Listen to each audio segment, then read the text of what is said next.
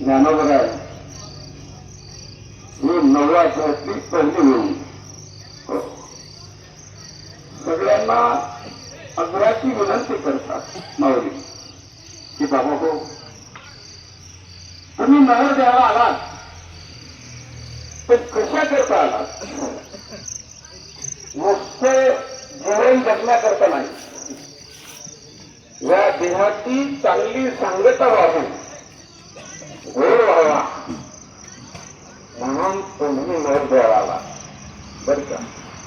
गोड चिंतन ज्ञानोबर आहे. ह्या 9व्या अध्यायातील पहिली ओळी होती.